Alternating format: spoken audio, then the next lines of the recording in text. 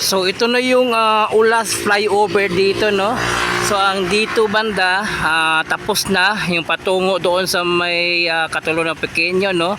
So puro na may girder na nakakabit, no. Ang dito na lang banda dito sa pagpatawid patungong Talumo segment, no. Kasi meron pang poste na gagawin dyan sa unahan, no. Then abutment para sa landing area dyan, no. So ito na lang yung ang kulang.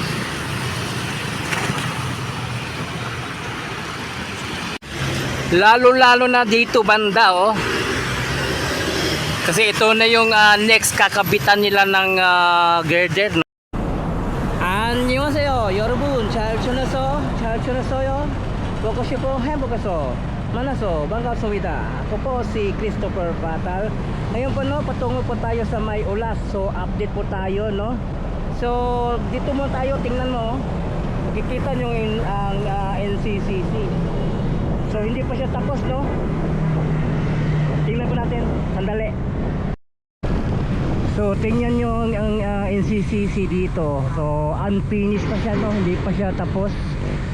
So wala na pong nagtatrabaho po dito, pinull out na po silang lahat dito. Tingnan nyo banda dito sa yung may ginagawa dito malapit sa tabi ng kalsada. Kapitan po natin.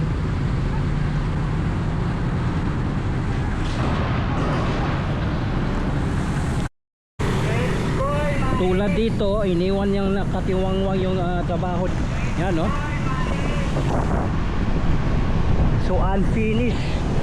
Sa tabi lang ito ng kasada ng Marcarto Highway, no. Matina, Banto. Yan, no.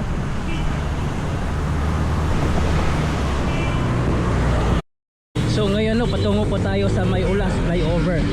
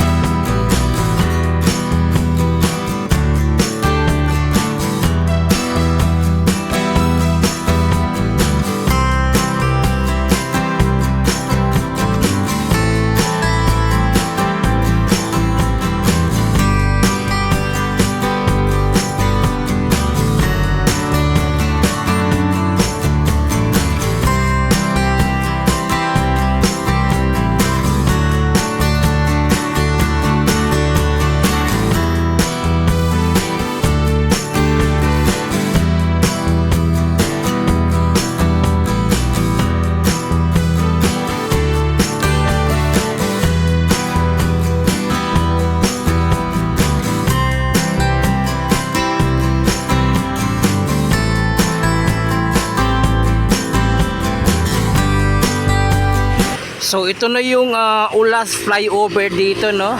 So ang dito banda tapos na yung patungo doon sa may Katulong ng Pequeño, no. So puro na may girder na nakakabit, no. Ang dito na lang banda dito sa pagpatawid patungong Talumo segment, no. Kasi meron pang poste na gagawin dyan sa unahan, no. Then abutment para sa landing area dyan, no. So ito na lang yung ang kulang.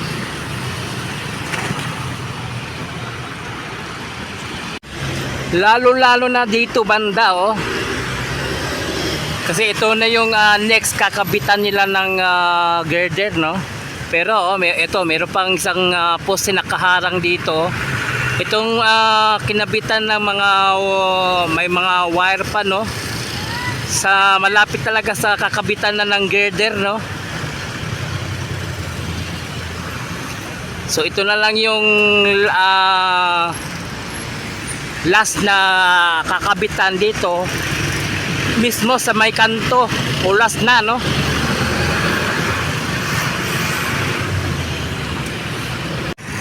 So patungo pa tayo doon sa may bandang katulad na Pequeño, yung landing area, no? Tingnan po natin kung gaano malaki yung tambak nila. So ang dito naman banda, no, sa may batment dito sa may katulad ng Pequeño banda, no?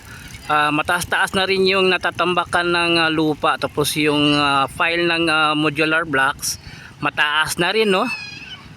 Yan, no? Nakikita po natin.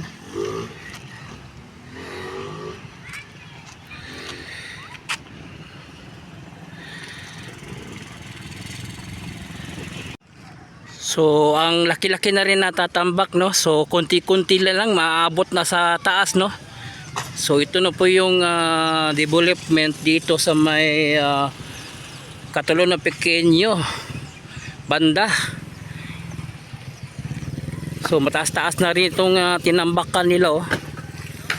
Yan, oh.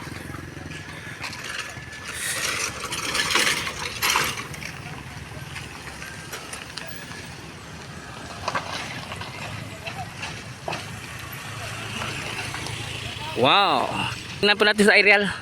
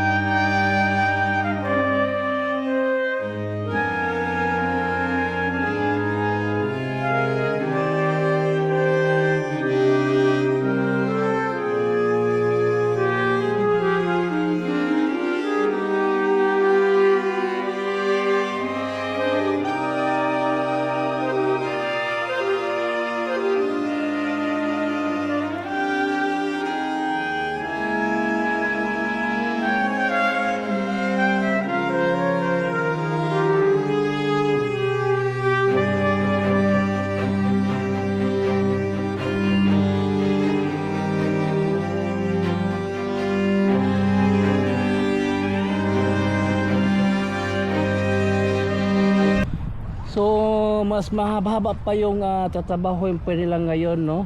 Lalo-lalo na doon sa may bandang Talomo segment. Marami pang may mga poste na gagawin at abutment, no? At saka problema pa nila yung kuryente, no? Kasi masasabit yung pagkabit ng girder, lalo na sa may mismo sa may kanto ulas talaga, no? Pero pantatanggalin na wire, so mahaba pa yung tatrabaho nila dito, lalo na paglabas doon sa may Talomo segment. So yun, no, hanggang dito mo lang yung update natin dito sa may ulas, no? Update tayo sunod dito, patawid na sa may Talomo segment. Sa ngayong linggo, no, pupunta po tayo ng Tagum City. Update po natin yung SM Tagum. Tingnan po natin kasi ang ganda ng tingnan yung SM, at saka malapit na magbukas yung SM Tagum. Update po tayo.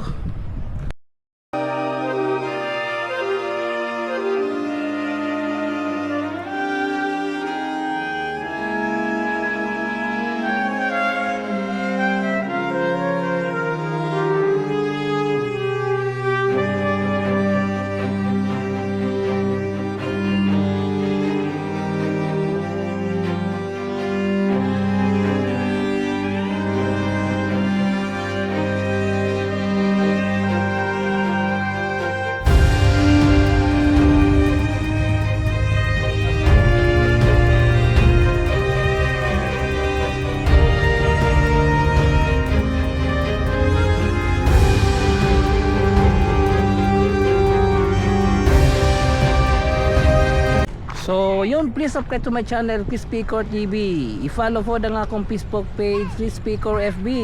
So thank you for watching. Kamsahamnida, anyong, and God bless you all. Sarangyo.